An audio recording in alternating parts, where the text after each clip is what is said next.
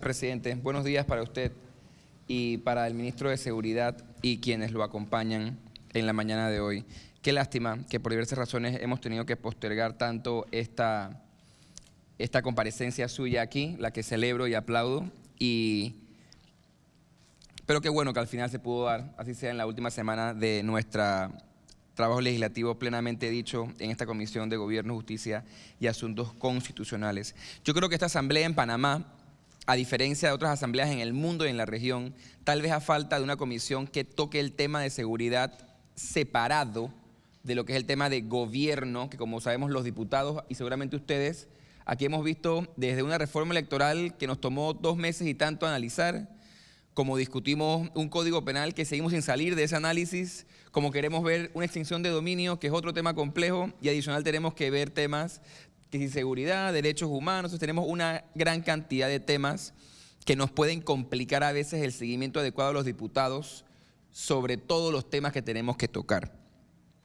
Sin embargo, yo quiero comenzar señalando que veo como panameño y como diputado de esta comisión con muy buenos ojos, y les he estado siguiendo y las he estado viendo desde antes de esta comparecencia incluso, el esfuerzo que se ha hecho del Ministerio de Seguridad Pública con el tema de la destrucción de armas. Creo que es positiva, muy positiva, y creo que es muy positiva la propuesta que se ha presentado y que fue recientemente aprobada por esta Asamblea en cuanto a poder cumplir un compromiso del presidente Cortizo para poder avanzar de un decreto de política criminológica a una ley de política criminológica que no solamente nos ayuda a articular mejor los estamentos de seguridad, sino otras instituciones que tienen que ver con temas sociales, porque la prevención es eso, sobre todo social. Habiendo dicho eso, señor ministro, hay un tema, y se lo pregunto a usted porque es importante para mí que podamos partir del mismo conocimiento en cuanto a las cifras. Yo manejo algunas cifras, que como sabe aquí parte del problema que tenemos es que, si bien es cierto, tenemos el Sistema Integrado de Estadísticas Criminales, el Ministerio Público a veces dice una cosa y otras personas a veces dicen otra cosa, porque bueno, se manejan distinto además, ¿no? Porque son diferentes etapas del proceso penal. Sin embargo, quiero preguntarle a usted puntualmente, a este momento, a este año, la comparativa al menos 2020, 2021, 2022, en cuanto a homicidios, ¿qué nos indica esa cifra, señor ministro? Sí. Palabra, ministro.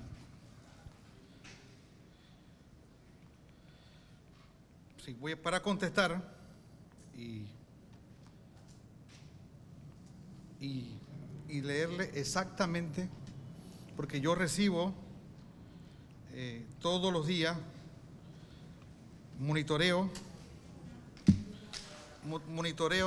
el tema de los homicidios dolosos que se ocurren a nivel nacional. Puedo decirle, señor diputado, que a la fecha de hoy,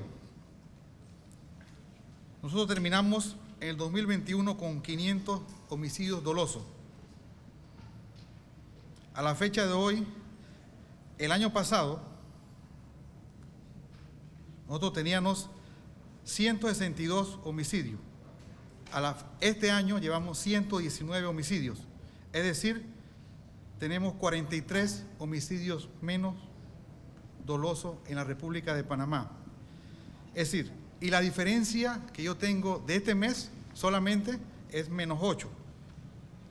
¿Qué quiere decir esto? Que la tendencia es a la baja a un 30%. Puedo explicarle a qué se debe.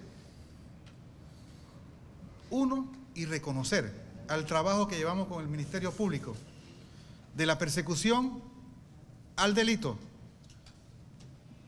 La fuerza pública está buscando a los que cometieron delito, a los más buscados.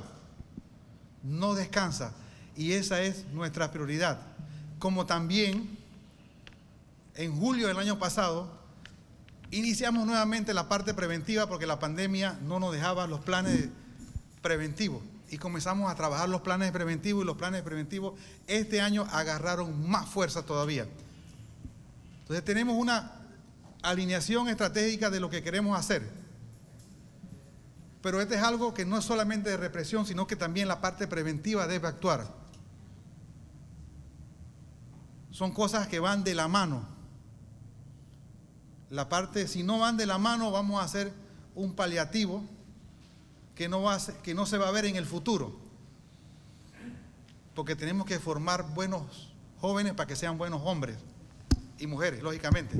También tenemos que castigar el delito y luchar contra la corrupción, que es mi prioridad. Porque yo no solamente veo afuera, sino veo internamente. Y usted ve todo lo que estamos haciendo en rendición de cuentas, de cosas mal habidas que habían pasado por el Ministerio de Seguridad. Ese es mi trabajo, esa es mi misión que tengo con el equipo de trabajo y los directores de Fuerza Pública que no me acompañan hoy por estar en otras misiones. Pero sí la tendencia, señor diputado, es a la baja. Gracias. Gracias, presidente. Gracias, señor ministro. Evidentemente, y yo coincido con usted, las cifras, al menos a la época, hablan por sí solas. Mi análisis sobre las políticas preventivas que usted mencionó en su informe la voy a dar más adelante, pero quiero ir llevando este compartir paso a paso. En segundo lugar, mientras que eso que usted menciona, en efecto, es así, según las cifras que se han compartido a nivel nacional, para femicidios y para violencia doméstica, el número, salvo usted me corrija y tenga otros números, es a la alza, es decir, están en aumento. Ese aumento, yo le voy a dar mi opinión antes para que usted me pueda compartir la suya, debe estar relacionado con varias cosas. La primera, yo contabilizo, solo por señalar algunas, 2, 3, aproximadamente 6 casos en el último año y medio o en el último año, casos muy sonados en que algunas unidades, porque no son todas sin duda, algunas unidades de la policía no tuvieron el mejor manejo en cuanto a denuncias presentadas por mujeres o en cuanto a su manejo frente al respeto a los derechos humanos de determinadas mujeres panameñas en este país. Y eso nos empuja a perder la legitimidad en la confianza. Y si bien es cierto, yo hoy le puedo decir a usted aquí que yo no creo que la mayoría de las policías sean malas unidades o corruptas, las hay.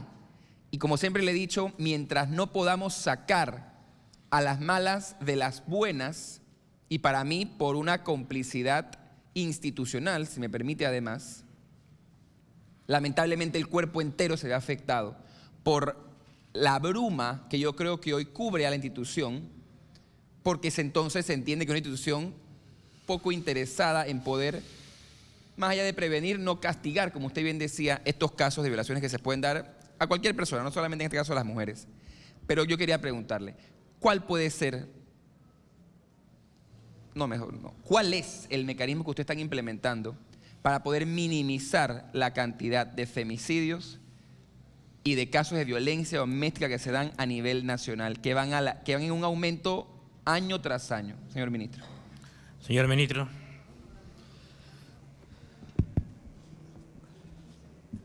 Sí. Definitivamente, los casos de femicidios y violencia doméstica ha aumentado. Ha aumentado y se ven en las cifras que se manejan a diario. Casos que ocurren dentro del hogar. Y usted tiene razón, el fin de semana, 2 jóvenes menores de edad que estaban juntos, no sé si estaban casados, el varón le quitó la vida a la muchacha y después se entregó. Hay un problema en la sociedad,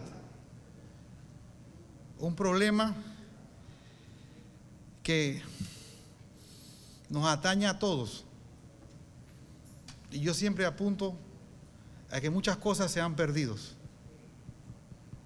Entre eso están los valores y el respeto.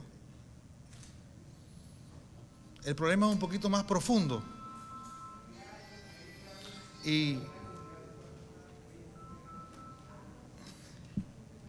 apuntaría, mire, hay que hacer las cosas bien, como usted lo dijo, y si usted nos ayuda con esa política criminológica que va a dictar las verdaderas pautas de la prevención a nivel nacional, las cosas van a cambiar. Pero hay que hacer algo, Mire, dentro de la Policía Nacional, que es el estamento más grande, la parte preventiva, ese trabajo con la comunidad, ha sido una de las prioridades que yo he tenido como ministro, y énfasis, tanto a Senafrón como a la policía, pero más a la policía. Sé que algunas actuaciones no han sido como debieran ser, porque al final cada quien es responsable de su actuar al momento de ejercer su labor, pero paga por su responsabilidad si lo hace mal, porque así lo dictan las leyes y reglamentos que nosotros tenemos. Creo que hay que tener mucho cuidado, porque casualmente antes de venir aquí estaba contactándome cuántos casos tenemos de jóvenes implicados en acciones delictivas que están bajo investigación, menores de edad, y tenemos más de 500 jóvenes a nivel nacional que están en una carpeta. Esto quiere decir que la pandemia nos dejó esta afectación, la falta de educación. Señor ministro, tiene la palabra el diputado. Dígame. Perdón, ministro. Lamentablemente para estos ejercicios que estamos haciendo la mañana de hoy, que son muy importantes, cada diputado que desea hacer uso de la palabra tiene un tiempo determinado en el que se incluye sus respuestas, que para mí son muy importantes. Y yo creo que me está aportando datos relevantes para este ejercicio. Sin embargo, yo sí le pediría que le hice una pregunta, quiero que bien puntual, si quiere se la puedo repetir, en cuanto al tema de la violencia contra la mujer, porque luego quiero ver el tema de la violencia desde y para la juventud. Entonces, quisiera ver si en el tema de mujer me responde para poder formular la siguiente pregunta, con su venia, señor presidente. Sí. La palabra, ministro. Bueno, si hay o suyo que puede dar respuesta, también lo puede hacer, señor ministro. Mire, acuérdense, nosotros somos auxiliares de la justicia. La Policía Nacional actúa porque le llegó un reporte o una comunicación. Para entrar dentro de la casa necesita la autoridad competente. Nosotros actuamos en base al margen de la ley. Sí han aumentado los casos de femicidio y la violencia contra la mujer, pero ya es una parte de la sociedad. Nosotros estamos comprometidos en atender y reportar y tratar estos casos. Pero también hay muchos de estos casos que no se reportan y se manejan de otra forma. Tiene que haber una política integral para poder atender este problema, que no solamente es del Ministerio de Seguridad, porque el Ministerio de Seguridad llega hasta cierto límite y las unidades hacen todo lo posible. Y con los programas preventivos que nosotros tenemos, que no hacemos rehabilitación, sino prevención a los jóvenes que están en riesgo, entran otros actores aquí que tienen que ver directamente con esta conducta humana de la sociedad, que en este caso es los femicidios y la violencia intrafamiliar, que lógicamente aumentó con esta pandemia. No sé si con esto le responderé, pero ir más profundo sería más tecnicismo de lo que realmente está pasando. Diputado Vázquez. Gracias, presidente. Gracias, ministro. Sí, yo creo que cuando me dice que hay que crear la estrategia y que me queda claro, y siguiendo además un informe estadístico que sacó INAMU sobre los nudos que hay en cada parte del proceso, me queda claro que no la hay. Y en efecto, ojalá sea esa norma de política criminológica que pueda salir de esta asamblea robustecida, como ustedes la presentaron, la que nos permita que en ese y otros tipos penales podamos lograr una disminución. Pero sí quiero dejarle claro, como panameño, mi preocupación. No solamente usted, porque usted en eso tiene toda la razón, no es una responsabilidad suya única, pero usted tiene parte de la responsabilidad como ministro de Seguridad en cuanto a poder dar con esa disminución. Y sí le digo y le reitero, que no haya de forma clara una sanción a quien debe hacer cumplir la ley, a algunas unidades de sus fuerzas, en delitos específicos crueles y graves contra mujeres, sí es parte del problema. Y por eso es importante que en esos casos haya sanciones ejemplares y claras, que en muchos casos no se da. Y a mí me preocupa que usted tiene una lista de proyectos aquí que quiere presentar, algunos muy interesantes, y no se incluya una reforma a la ley de la policía, que tiene demasiado tiempo y que tiene un proceso disciplinario que para mí es el que permite que las policías, aquellas unidades, que pueden ser la minoría, que no están haciendo lo correcto, se salgan con la suya. Ministro, una última pregunta sobre el tema, porque para mí es importante entender. Con un grupo de abogados yo pude analizar un amparo de garantías constitucionales que se presentó en contra de algunas decisiones jurisdiccionales, pero que venían de la mano de decisiones de la Policía Nacional, en cuanto a que cuando se hacen manifestaciones, que yo creo que no es necesario que yo recuerde que es un derecho constitucional y convencional, en algunos casos, por diversas razones que tengo que analizar más adelante, ojo, pero en la manifestación se pueden dar algunas detenciones. Esas detenciones o producto de estas detenciones a veces se disponen a las personas detenidas a la Justicia Comunitaria de Paz, y eso creo que todos los conocemos, y a veces a las fiscalías. Este amparo, como un fallo de hace algunos años bajo la ponencia del magistrado Mitchell, casi una década o tal vez una década, sí, debe ser una década, han dicho claramente que este país por constitución no puede criminalizar el derecho de protesta. Entonces quiero entender yo si esa es una directriz que da el Ministerio de Seguridad, que da el director de la policía, que toma cada policía, cómo se determina cuando se detiene a un manifestante si ha ser puesto a órdenes de la Justicia Comunitaria de Paz, que es lo que además yo considero correcto, le añado, o si va a una fiscalía, en este caso tal vez atención primaria. Señor ministro. Señor ministro. Bueno, la fuerza pública, partamos de la base que es auxiliar. Nosotros actuamos en casos de orden público cuando hay la orden de algún juez de paz o de alguna autoridad competente. Nos cuidamos mucho de cumplir con lo estipulado. Lógicamente, si hay una alteración de orden público que violente, agrede a terceras personas, actuamos inmediatamente como auxiliares de la justicia y lo ponemos a órdenes del Ministerio Público. Y creo que, y estoy seguro, que ustedes han visto la forma de conducirse de la policía en estos tiempos difíciles de pandemia, donde nosotros acudimos inmediatamente cada vez que hay un cierre, tratamos de buscar automáticamente la autoridad que compete el caso del cierre o de la denuncia, tratando de buscar una solución. Pero debemos mantener lo que es la ley y órdenes, porque el hecho de que haya un derecho a protestar no significa que tú tengas un derecho a agredir o dañar a otra persona o los bienes de otra persona. En este caso nosotros hemos manejado estas situaciones muy responsablemente y le doy un ejemplo. Aquí en Panamá Port, constantemente estaban unos señores cerrando Panamá Port, y unos señores ya de una edad avanzada. ¿Se acuerdan que iban todos los días, cerraban, paraban las operaciones y todo lo demás? La policía, para poder actuar, tuvo que ir la administración de Panamá Port a poner la denuncia donde un juez de paz, el juez de paz dio la instrucción, entonces se hizo la operación de desalojo como está estipulado en nuestra ley. Tratamos siempre de controlar y manejar el uso de la fuerza correctamente, además de que no estamos en tiempos normales, en una situación económica normal. Pero porque sabemos que los conflictos no tienen en ningún lugar un buen término. Y lo que ha pasado a Panamá en esta pandemia, viendo estos escenarios de orden público, donde enero del año pasado fue un mes histórico de cantidad de cierre que tuvo Panamá.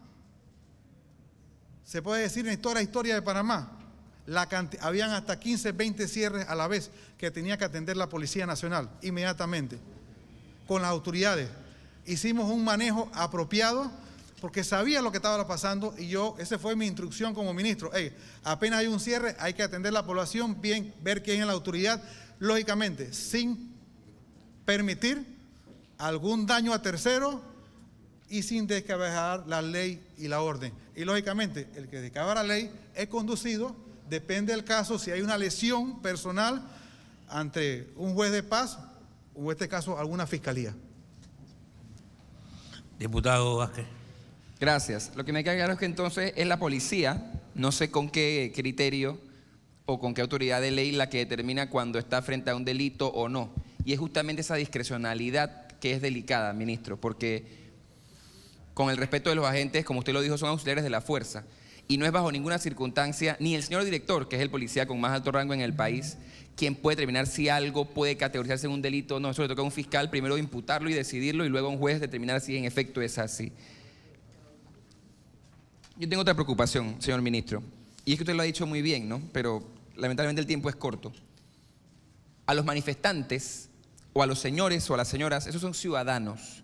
Y son antes que eso nuestros jefes. El mío, el de todos mis colegas aquí, el suyo, el del presidente, el de la policía. Son nuestros jefes. Creo que si entendiéramos eso, entenderíamos mejor cómo debemos tratarlos. Aquellos que hemos tenido la oportunidad, si sea brevemente, de trabajar o debajo de alguien o en la privada, y cómo uno trata a un jefe, haga lo que haga y diga lo que diga. Eso es importante siempre tomarlo en cuenta y creo que es vital. Tal vez insistir en ese tema en nuestras unidades de la policía. Y ojo, también creo que los servidores que no somos policías también es importante recordarlo. Ministro, usted habló de 5.600 allanamientos y decía que las operaciones antipandilla se habían dado 15 y que son menos que antes por el sistema penal acusatorio. Pero tanto los allanamientos como lo que usted le debe llamar operativo de pandilla, en el penal acusatorio todo tiene control jurisdiccional, previo o posterior, pero todo lo tiene. Entonces yo no puedo entender por qué en un caso hay un disparo importante que hace el doble de allanamientos, mientras que en los de pandilla se pueden hacer menos. Pero más allá de ese número, que para mí es una contradicción porque ambos le aplica la misma ley procesal penal, me preocupa más lo siguiente. Usted dice que las capturas para microtráfico, compra y consumo de droga se han disparado. Y yo lo vi en los números, no lo pude apuntar por el tiempo en el que usted estaba conversando, pero era un número importante. Adicional me habló en el 2021 de 15 operativos antipandilla y me habló de 5.600 allanamientos. ¿Sabe qué me preocupa enormemente? Que usted me diga que se combate la corrupción ampliamente, cuando yo podría hablarle una hora de lo que yo pienso sobre el combate a la corrupción por parte de este gobierno, pero es que está clarito en una cifra. 67% de personas llamadas por blanqueo de capitales. Ministro, y usted con los proyectos que ha estado empujando, creo que ha tenido una posición clara, a mí me parece inclusive correcta. Panamá es un país en donde lo que se vive en gran medida es tránsito de esta droga de la que estamos hablando. Por lo que se debe entender que es un país en el que hay una demasiada afluencia de crimen organizado e inclusive en algunos casos crimen organizado transnacional. Cuando a mí el ministro de Seguridad me habla del microtráfico, yo me pregunto, espérate, ¿y las cabecillas? ¿Y los que lucran de esto? Que son políticos, que son policías de altos cargos, que son fiscales de altos cargos, que son altos cargos en el judicial, como lo hemos visto en varios allanamientos que usted ha hecho. Y me dice que hay 67 llamados por blanqueo. Yo me pregunto, y me queda claro, uno, estamos atacando al que podemos, que es al más pobre, el que tiene peores abogados. Y dos, no estamos llegando a las cabezas de las organizaciones, que les repito, lamentablemente están infestadas en todos los lugares, la empresa privada, y no les estamos llegando. Para mí, lo que significa que es una respuesta deficiente de la parte de captura, para no entrar en la parte de prevención. Porque mientras no agarremos al cabecilla o a la cabeza, no estaremos haciendo nada. Y cuando yo veo 5.600 allanamientos, 15 antipandillas, los números que usted me habla de droga por microtráfico y compra y consumo, un país que sigue atacando el consumo peor que el blanqueo, es un país que está destinado al fracaso en seguridad. Al fracaso en seguridad. Y a mí me preocupa enormemente la comparación tan enorme en cuanto a los números que hay, en cuanto a la captura de unos y las condenas de otros. ¿Qué me podría decir usted para darme tal vez más luces en cuanto a ese procedimiento? Y si en efecto usted considera que aquí estamos criminalizando a la pobreza. Señor ministro. Sí. Primeramente decirle al público... Perdón. Sí.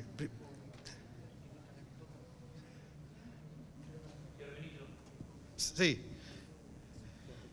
Primeramente decirle que la droga no solamente pasa de tránsito. La droga, nosotros tenemos un alto consumo de droga por los jóvenes aquí en Panamá. y especialmente de la droga conocida como marihuana. Tenemos un alto consumo de marihuana que nos entra por el Pacífico panameño. Si usted ve los escenarios, nosotros estamos trabajando en todos los escenarios, tanto el de abajo como el de arriba. Porque hacer un allanamiento, no voy a decir que es más fácil que ejecutar una operación antipandilla. Porque organizar una operación antipandilla no es fácil para darle una organización criminal. Por eso le digo que estas 15 operaciones directamente contra la organización criminal. Así como la hicimos en la operación en el Caribe, la operación Chivo, donde cayó una estructura criminal de la costa arriba de Colón. Ahí le dimos un golpe duro a la criminalidad, pero también tenemos un problema de droga en las calles, porque esa comercialización de droga en las calles nos está haciendo un daño a los jóvenes. Y usted ve las operaciones, y son operaciones riesgosas, señor diputado. Una operación judicializada de compra de droga en la calle no es fácil, pero es el caso donde es más efectivo la justicia, porque estas operaciones automáticamente que se hacen, la persona que vende droga mínimo son de 8 años para arriba, que va a pagar ante la justicia, y automáticamente a las 48 horas tiene que llevar a un arreglo de pena. Y por eso es la cantidad de vendedores de droga en la calle que hay que sacarlo. Así que nosotros estamos golpeando la estructura arriba como abajo. Y vuelvo y le digo a ustedes, Panamá, los jóvenes tienen un alto consumo de droga, especialmente de marihuana, que nos entra por el Pacífico. Por eso nosotros blindamos nuestro país y estamos en esa lucha constante. Cuando usted ve una provincia como Colón, que la semana pasada se le decomisó en menos de 3 días 5 toneladas de droga, una en Playa Chiquita, la otra en Isla Grande, usted se ve el impacto que hay y automáticamente contra la lucha contra la droga. Son drogas que iban a entrar, parte queda aquí, pero parte se va a través de nuestros puertos, que son utilizados para la comercialización de la droga y buscando otros mercados europeos que son más atractivos. Por eso digo que hay cosas que estamos haciendo a la vez, que de repente son tantas cosas que no se ven, pero necesitamos la ayuda de ustedes, porque estas organizaciones criminales están cogiendo mucha plata y para eso es la ley de extinción de dominio. La necesitamos porque eso va a ser un brazo ejecutor, nuestro brazo derecho que va a tener el Estado panameño. Porque el negocio de la droga falló. Oiga, el negocio de la droga en su primera fase de destrucción falló, que era la erradicación. Ahora hay más droga que nunca, más droga que antes en el hemisferio sur, en países del hemisferio sur. Droga que está lista para transitar. Y nosotros, por nuestra posición estratégica privilegiada, claro que pasa por aquí, tenemos que tomar todas las medidas. Porque si no nosotros queremos tener al final un Panamá libre de droga, no un Panamá donde transite, llegue la droga y se comercialice. ¿Cómo nos van a ver internacionalmente? Seremos unos irresponsables. Pero sí, nosotros estamos viendo toda la estructura del árbol. Y es por eso que este año nosotros empezamos con la operación Génesis. Ahora empezamos con la campaña, transicionamos a la campaña Alfil. Y vienen más operaciones de alto impacto. Hasta ahí le puedo decir. Porque nosotros no vamos a descansar en nuestra misión y en la lucha contra el crimen organizado. Pero lo estamos viendo en todos los escenarios, sea quien sea, del más alto hasta el más pequeño. Diputado Vázquez. Gracias, presidente. Yo sé que ya me queda muy poco tiempo, solamente para decir que, ministro, una cosa es lo que se siente, otra cosa es que se ve. Y usted me acaba de decir que hay 67 operativos, capturas de blanqueo, y me habla de miles de menudeo, que al final es menudeo. Y lamentablemente eso no dice que están atacando arriba igual que abajo, porque no son 1000 y 1000, ni 1500 y 1000, o sea, no es un número ni siquiera cercano. para que usted me diga que tanto arriba como abajo. Y yo creo que lamentablemente se está atacando de una forma incorrecta, poco preventiva y poco efectiva un problema que es, ministro, de salud pública, no de seguridad. Para terminar, ministro, porque el tiempo que me queda es poco, aunque me hubiese gustado hacer muchas más preguntas. El presupuesto de ustedes para este año, usted me corrige, son 843 millones, que no hay ni que empezar a decir que es más elevado que el de ciencia y desarrollo social prácticamente en conjunto. El de ustedes es mayor. O sea, que no entiendo cómo el país, y usted habla de prevención, con lo que estamos reprimiendo. Pero adicional, 96% de su presupuesto, usted me corrige, es funcionamiento, que sin querer banalizarlo, la mayoría se podrá ir en salarios, caja del seguro social, servicios profesionales, personales y otros. Y solo el 4% queda para inversión. ¿Cómo se puede hablar de que vamos a invertir o que vamos a abocarnos a la prevención si solo nos queda 4% para invertir en esa prevención y lo que estamos pagando son salarios que lamentablemente en algunos casos no se ven esos salarios, su trabajo reflejado en las calles? Termino con eso, ministro. Gracias por sus respuestas. Señor ministro. Listo. Sí. Mire, el Ministerio de Seguridad tiene muchas necesidades, pero también soy consciente que esta pandemia nos dio un golpe económico a todo el Estado panameño. Y lógicamente, el presupuesto de funcionamiento, donde se va la gran parte o la gran mayoría de nuestro presupuesto que tiene el Ministerio de Seguridad, combustible, comida, carros, seguros médicos y todo lo demás que conlleva la operación de lo que es el Ministerio de Seguridad. Pero nosotros hemos estado enfocados a terminar lo que ya empezamos. Y por eso le mencioné la diapositiva de proyectos que venían, lo vamos a terminar en este periodo. Porque el proyecto de Colón y el proyecto de Chiriquí no es de este gobierno, viene del periodo pasado, pero son proyectos importantes que necesita el Ministerio de Seguridad. Lógicamente, para que funcione el ministerio necesita presupuesto. Y yo no he podido comprar una flota de carros, patrulla, como quisiera comprar, como lo iba a comprar en el 2020 cuando yo entré, pero nos atacó la pandemia y no pude comprar los carros.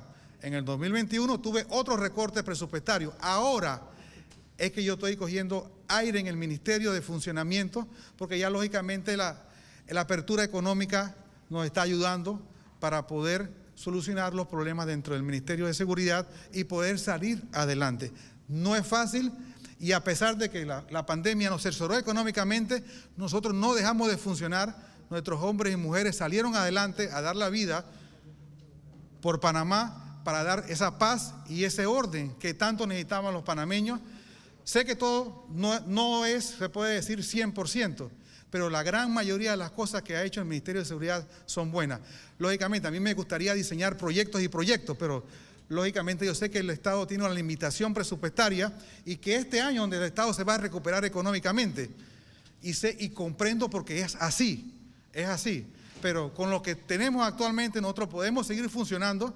Yo tengo todo el apoyo del señor Presidente de la República de lo que nosotros necesitemos para las herramientas de trabajo. Así que, y el proyecto y lo que tenemos está siendo utilizado, yo se lo digo a ustedes, transparentemente, bajo la lupa de la Contraloría y de la Auditoría Interna, porque eso es lo que nos ajustamos a lo que tenemos. Gracias.